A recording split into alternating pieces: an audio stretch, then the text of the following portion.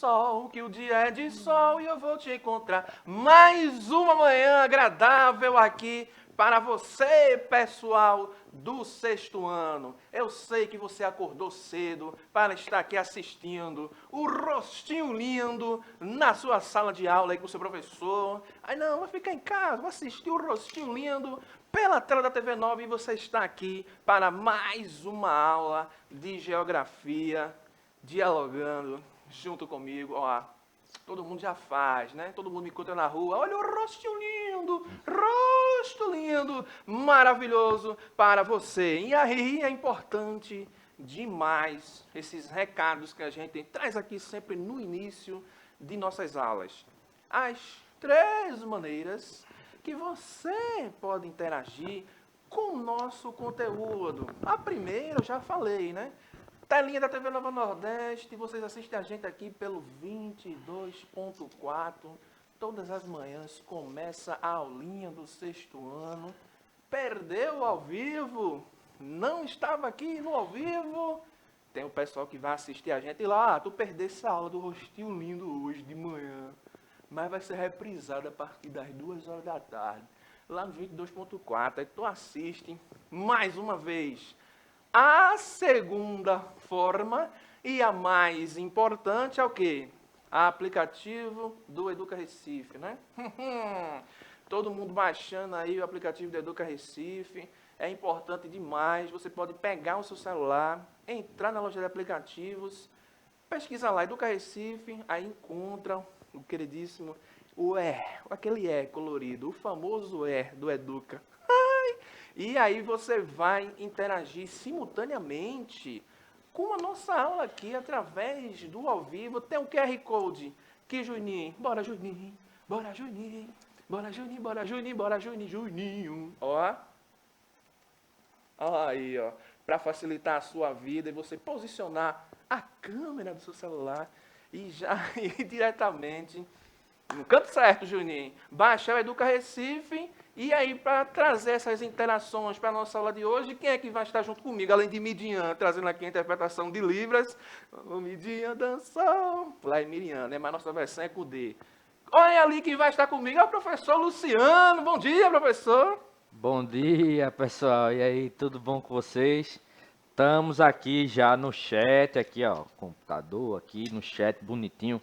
Qualquer dúvida, qualquer comentário, vocês jogam aqui que eu repasso para o professor Gilson. Ó, pode aproveitar, use e abuse que o professor, ó, é desenrolado, viu? Tamo Desenrolado junto. e a gente tá aqui. A nossa função aqui é pegar a batata quente que você joga aqui pelo chat e passar para ele, né? Nesse jogo do perguntas e respostas. Então, já agradecer aqui, ó, a participação por antecipação de vocês. A gente tá esperando aqui a turminha chegar junto aqui. Mas daqui a pouco o pessoal vai chegando, professor. Chega, Então, chega vamos lá que eu junto. quero aprender aí com o Vamos professor embora. Gilson. E aí, a terceira e última forma é o canal no YouTube. Você vai ter lá o Educa Recife, pesquisa lá Educa Recife tudo junto, se inscreve no canal, tem a playlist do sexto ano, em que você vai encontrar as aulas do sexto ano, não só de geografia, vai ter lá o professor Luciano com história, vai ter os demais professores, as aulas da semana, do semestre, do bimestre, do ano, sempre disponível lá para você. Tem a magia que você pode ir pausando, anotando, pode retornar. Beleza, pessoal? Tranquilo. Hoje vamos falar sobre o quê? Sistema de coordenadas geográficas. Eita, professor, o que é isso aí? O que é uma coordenada geográfica? Fica acompanhando que você hoje vai sair daqui sabendo o que é. Mas, antemão, como a gente sempre começa as nossas aulas fazendo um resgate do que a gente viu na aula anterior. E aí trabalhamos o quê? A questão da cartografia atual. Como a gente encontra a cartografia hoje em dia, fazendo aquele recorte histórico, né, entendendo todo aquele processo de como se iniciou, né, o homem a se localizar, as construções dos mapas, até chegar na cartografia atual na cartografia digital. Tem lá o disponível para vocês. Mas fazendo resgate, olha na tela. A gente tratou essa questão aqui, ó. Falamos de como a cartografia se apresenta hoje. Então tem ali, ó, mapas digitais. É bem comum hoje em dia, a gente que vive aqui no grande centro urbano, ter na nossa palma de mão o celularzinho com justamente o quê? Google Maps, tem o Waze, para facilitar o nosso deslocamento dentro da cidade. Não sei se você vai, eita, eu não conheço a Ilha do Retiro, quero chegar na Ilha do Retiro. Aí você abre lá o Google Maps, coloca lá Ilha do Retiro, ele vai dar o melhor caminho para você chegar lá, tirando você de engarrafamentos, de vias que você pode se deparar com alguma surpresinha, né? Quando tem uma surpresinha, um buraco na via, você vai lá e sinaliza para você com aquele mapeamento feito numa forma digital que você pode acessar no celular, no tablet. Eu acho que o professor, até o professor Luciano, utiliza bastante esse tipo de recurso para se deslocar dentro de um grande centro urbano, como é o nosso Recife, né, professor? O senhor usa muito, né? Essa questão dos mapas digitais, né, professor? Exatamente, professor. Usou hoje? Usei. Assim, inclusive, ó, a tecnologia nesse sentido, ela já está tão avançada que os dois aplicativos que eu uso, eu não vou dizer aqui quais são para não fazer o merchan gratuito, né? Mas, nesse sentido, eles apontam as rotas possíveis, né, para chegar no caminho. Então, eles fazem uma comparação. Então, hoje, quando eu saio de casa, eu gosto sempre de olhar quais são as rotas, né, possíveis. E ele indicava 3 rotas. E, logicamente, a gente optou por pegar a melhor rota, né, para chegar mais rápido. O trajeto, né, que a gente faz de casa para o trabalho. Existiam ali 3 rotas, uma dando 40 minutos, outra 45 e outra 52 minutos. Lógico, a gente vai pegar o caminho mais rápido, né? Com certeza. Ninguém quer ficar preso no trânsito, né, professor? Claro que não. É muito ruim, mas a tecnologia ajuda bastante nisso, né? E vejam, né, é uma coisa tão avançada, né, professor, que a gente faz todo esse mapeamento via satélite, né? E com a precisão aí, né, a margem de erro em torno de 1 metro, às vezes até, a depender do aplicativo, menos de 1 metro. Então, é uma precisão muito grande, né?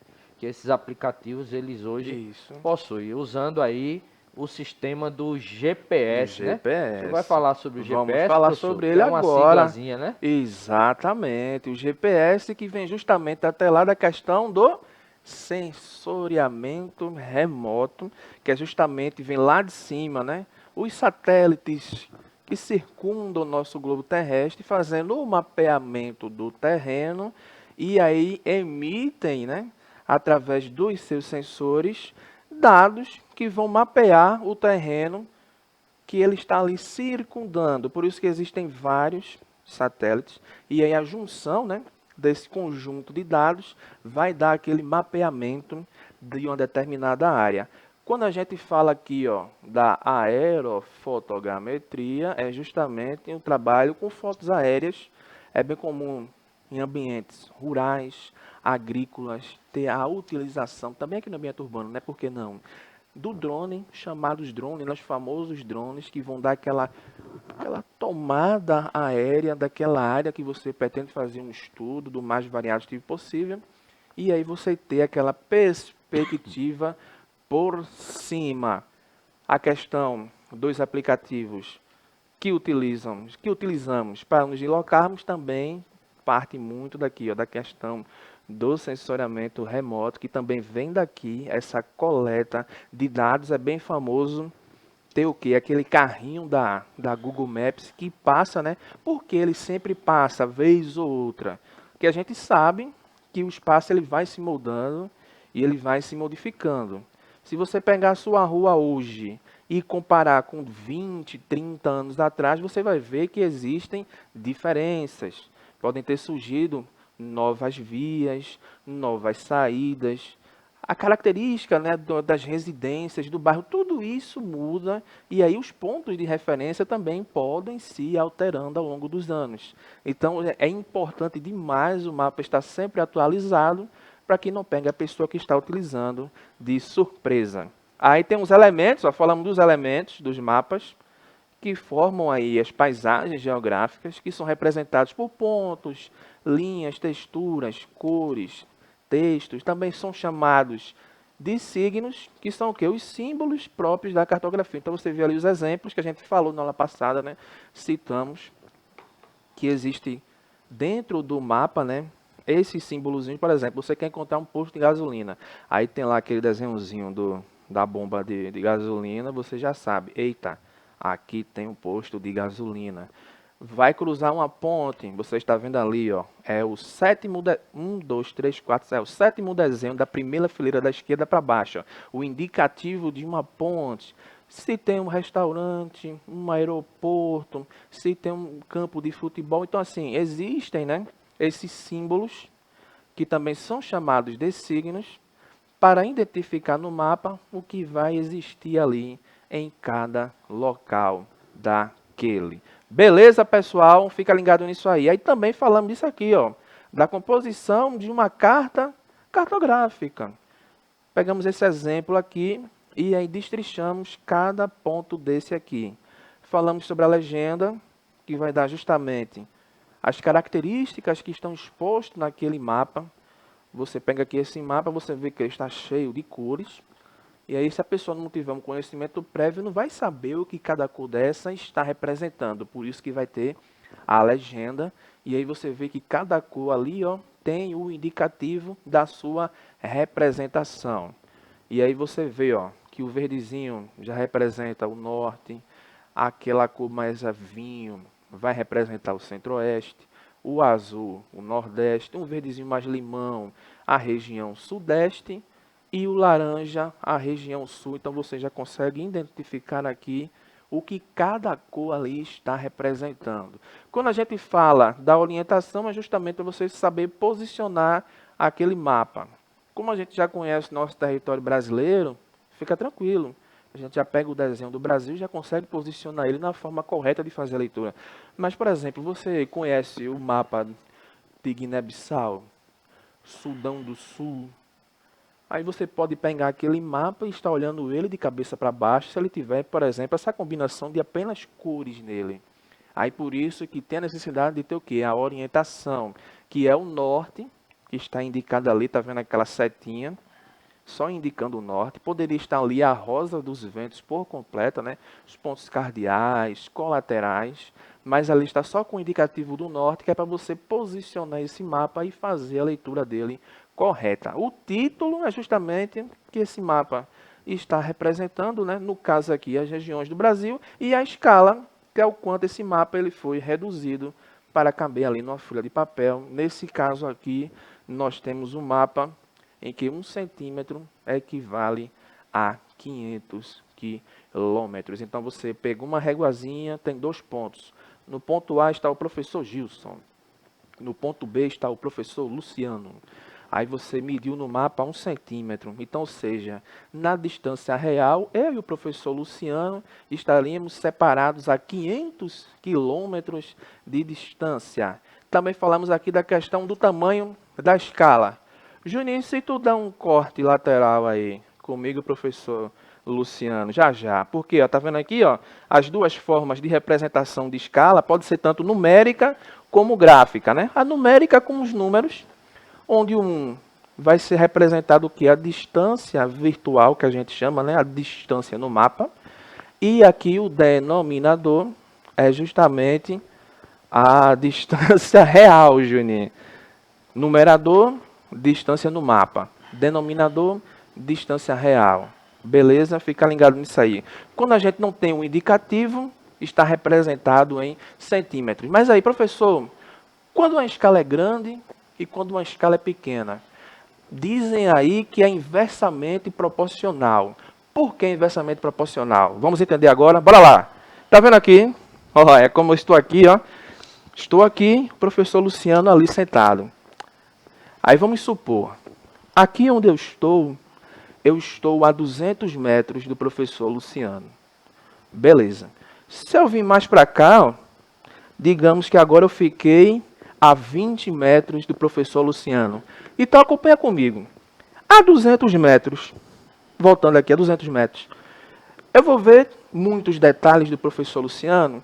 Será que eu vou conseguir enxergar as acnes? Se ele usa anel? Vou ver poucas características Cabelo branco na barba. Exatamente, vou ver poucas características dele. Se eu me aproximar aqui a 20 metros, aí eu já consigo ver o anel, né? A pulseirazinha, né?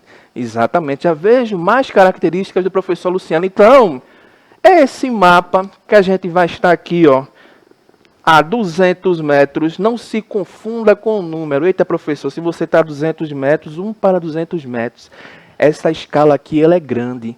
E aquela escala de 1 para 20 metros é uma escala pequena. Aí é que você se engana. É o contrário. Porque é ao contrário, que é na riqueza de detalhes. A 20 metros eu vou ver bastante detalhes de Luciano. Ou seja, eu vou ver Luciano bem grande aqui, ó. Vai admirar toda a minha beleza. Exatamente. Então, o quê? Muitos detalhes, é uma escala grande. Só que quando eu estou a 200 metros, eu já consigo ver Luciano menorzinho, né? Menorzinho, Menor. Então, aí complica, né? Menor do que eu já sou. já vai ser o quê? Uma escala pequena. Pequena. Por isso que a gente fala, professor, que ela é inversamente proporcional. Proporcional. Beleza, pessoal? Fica ligado aí, ó, como você vê aqui nos mapas na sua tela. Ó. Vamos representar aqui, ali, a cidade dentro de Quebec, lá no Canadá. Tá vendo só? O primeiro mapa está bem distante. Ó. Olha só. A gente consegue ver até os Estados Unidos. Aí a gente vai se aproximando. Ó. Já chegou ali, viu Quebec. Desceu mais ainda. Está em Quebec ainda. Quando deu outro zoom, aí você vê as características da cidade de Quebec. Então, seja, esse mapazinho mais aproximado é o quê? Você muita riqueza de detalhes, ou seja, uma escala grande, que aqui no caso está 1 para 1 milhão. Já lá no primeiro mapa, que você vê até os Estados Unidos, até um pedacinho do México, professor, a gente tem 1 para 103 milhões. Então não se engane, não é pelo número do numerador, não é o tamanho do numerador que vai definir isso. É a riqueza de detalhes. Beleza, pessoal? Simples e fácil. Mas aí, visto isso, para que cada ponto na Terra seja localizado em um mapa, foi estabelecido um sistema de linhas imaginárias chamado de sistemas de coordenadas. Como assim, professor? Linhas imaginárias. Não é que você, Juninho, cortando para mim aqui agora, o sistema de linhas imaginárias. Não é que você vai andando pelas ruas do Recife, né? Gatando, coisando o cabelo. Ah, claro que eu não tenho um cabelo assim, a nível Jonas, né? Aí eu não vou aqui, ó. Aí eu tropecei na linha do Equador. Tropecei no Trópico de Capricórnio. Não tem isso. São linhas imaginárias. Assim como o nosso planeta é um geóide, e a gente pegou a estrutura do elipsoide para proporcionar justamente esse sistema de posicionamento, então são linhas imaginárias, né? Vamos embora. Então, as coordenadas de localização para um determinado ponto na superfície da Terra são obtidas o quê? Ó? Pela interseção do meridiano e do paralelo. Interseção, já é um termozinho matemático. O que é que ele quer dizer com isso? Interseção vai ser o encontro dessas duas linhas aí, vai o que? Proporcionar a sua localização, vai proporcionar a localização. Mas aí, professor, linhas imaginárias, meridianos e paralelos. O que é isso aí? Vamos entender? Vê comigo aqui, ó. O paralelo indica a latitude, quase que não sai, hein? Que é a distância em graus do Equador ao paralelo de um determinado local.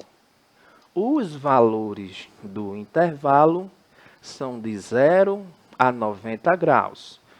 Equador marcando 0 graus e variando a 90 graus, tanto para o hemisfério norte, até o polo norte, como de 0 a 90 graus até embaixo, no polo sul. Aí tem a questão, variou para o norte, 0 a 90 graus positivamente. Variou para o sul, 0 a 90 graus negativamente. E você tem sempre que dar o indicativo. se está no sul ou se está no norte.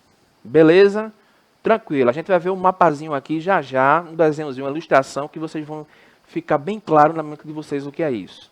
Já os meridianos são as linhas imaginárias que cruzam a Terra, norte e sul, conectando um polo a outro. As paralelas também são linhas imaginárias, mas aí vão circundar a Terra na direção leste e oeste. Agora vem a imagem para você esclarecer tudo isso na sua mente. Olha aqui, ó, os meridianos e os paralelos. Reparem aí, ó, os meridianos, ó, vêm do polo norte ao polo sul, ligando os dois polos.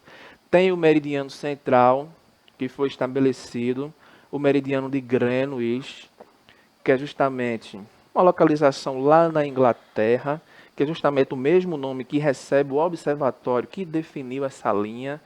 Professor, chegou lá e disse que vai ser Greenwich. Não, teve alguns concorrentes. Poderia ter sido o meridiano de Paris, que a França tentou. Poderia ter sido o meridiano de Coimbra, que Portugal também tentou, professor Luciano. Também poderia ter sido o meridiano de Cádiz, ou Cádiz, né, que não tem acento no A, né, que poderia ter sido lá da Espanha. Mas aí, com seu poderio, né, com a potênciazinha que era a Inglaterra, ficou estabelecido Greenwich, para estabelecer esse meridiano central, marcando 0 graus. E aí percebe, ó, que essas linhas, ó, vão de norte a sul, circundando o planeta e aí variando de 0 a 180 graus para oeste, positivamente, e de 0 a 180 graus para o leste, voltando negativamente. Aí, professor, o que é leste e o que é oeste? Tá a linhazinha cortando o globo ali no meio, puxando para cá, para o lado do Brasil. Não é oeste não, viu? Estão vindo para o leste. Avançou lá para o lado da África, estamos indo a oeste. Beleza? Fica ligado nisso aí. Já os paralelos são justamente, ó, se os meridianos é na horizontal, os paralelos vêm na vertical. Ó. Agora sim, ó, ligando, ó, de oeste para leste e variando de 0 a 90 a norte e de 0 a 90 sul. Tem a linha do Equador, aí tem os famosos, né? Subindo o Trópico de Câncer e o Círculo Polar Ártico. Desceu para cá o nosso que corta o Brasil no meio, o Trópico de Capricórnio, e lá embaixo o Círculo Polar Antártico aqui, né? Descer de mamão aqui embaixo. Para o sul, negativamente, para o norte, positivamente. Professor, aproveitando diga essa questão que o senhor colocou, a gente já observa aí, gente, veja, ele falou da questão da escolha do meridiano de Greenwich, né? Uma influência, né, da Inglaterra, que à época era um grande império, e a gente já vê, né, como 1884. Isso, a gente já vê ali século XIX, finalzinho do século XIX, a gente está tratando exatamente do momento onde, historicamente, a gente está tendo ali as chamadas disputas imperialistas. Né? Então, nesse sentido, a gente observa, né, que algumas dessas convenções que são colocadas, gente, elas não são colocadas à toa. Existe todo um jogo de poder por trás disso tudo. Na época, como a Inglaterra ela se constituía como o maior império, né, econômico, né, do mundo, então ela pôde abarcar aí, né, essa questão do meridiano de Greenwich, né, como um meridiano central. Outra coisa que a gente observa, né, e quem já teve a oportunidade de visitar o Espaço Ciência, viu que lá tem um globo terrestre bem grande, né, e ele é posicionado lá de forma, né, que se a gente observa todos os mapas que são retratados, né, nos livros, é como se o globo lá tivesse de cabeça para baixo. Aí ele é feito daquela forma intencionalmente, para mostrar que tudo é uma questão de convenção, certo? Tudo é uma questão de convenção. Então, a gente hoje, quando a gente observa, né, o mapa mundi, a gente vê que praticamente no centro do mapa qual o continente que a gente tem? Europa. Europa. Por quê? Porque a Europa, né, os países da Europa, eles exerceram, né, um processo de dominação muito grande sobre outras regiões, né, do globo terrestre, principalmente nesse período que eu falei, né, do imperialismo, neocolonialismo, que vocês vão estudar quando estiverem lá do 8º para o 9º ano, né, em História, né? Ou vão estudar também na parte de Geografia Humana, aí eu não sei se 8º, 9º ano também, né, professor? 8º ano. Então, nesse sentido, lembrar, né, que todas essas convenções, elas são frutos de enormes disputas, né? Então, tudo não é feito, né, na base da amizadezinha ali, de boa, não. É briga, né, é tumulto, é confusão para escolher, certo? E às vezes, né, essas convenções, elas são impostas. Então, é bom a gente aproveitar e fazer essa conexão, né? Show de bola, professor. E aí, sempre lembrando a vocês, os meridianos vão marcar as longitudes e os paralelos as latitudes. E aí, professor, é bem semelhante aqui, semelhante ao jogo de batalha naval. Ó. Joga na tela a batalha naval. Se eu gosto, professor. Então veja, já jogou muito, né? Você vê lá, ó. Você pega o barquinho, ó. O barquinho está onde, ó? Na B3. Se você pega a motocicleta, ó, já está onde, ó? Na G5. O avião, professor, tá vendo só, ó? Na J2. Se a gente tira aquela primeira referência de cima ali, apagou, ó. Vai ser possível identificar onde está o barquinho agora? Porque a gente poderia ter uma inversão ali em cima das letras, por exemplo. Exatamente. Nada garante que ali vai estar a letra G na linha do barco, né? Então, não é possível a gente localizar apenas com uma referência. A gente tem que ter o quê? 2 referências para a gente poder localizar um ponto. Então, é bem semelhante à questão das latitudes e longitudes, professor. Porque você pega nesse mapa aqui, ó, o ponto C, você vai conseguir ter a sua latitude, tá vendo lá, ó, 30 graus. E você pode ter também o quê? A sua longitude, que nesse caso aqui vai ser menos 120 graus. E aí você consegue estabelecer o ponto C, que ele está ali, ó, a menos 120 graus a oeste, tá vendo lá? E a latitude 30 graus a norte. Beleza, pessoal? Aí dentro disso, professor, vamos terminar, né? Vamos terminar aqui. Por que é importante estudar as coordenadas geográficas? Diga aí qual é a diferença entre latitude e longitude. Dialogue aí com seus coleguinhas de classe. E o professor Luciano ali já vai se despedindo. Vou aproveitar aqui, ó, para mandar um abraço pro nosso querido Sabino. Olha tá aqui, aí, ó. Sabino. Gostei muito da aula porque estou vendo esse conteúdo, esse assunto na escola também. Boa, aí, tá, show de bola. Abraço aí, Sabino. Abração para você, abração para todo mundo. E é isso, gente. Até a próxima aula. E aí, pessoal, tudo bem com vocês, né? Serve um prazer, uma alegria. Semana que vem a gente volta a dialogar aqui com vocês. Um beijo do rostinho lindo. Até a próxima, pessoal.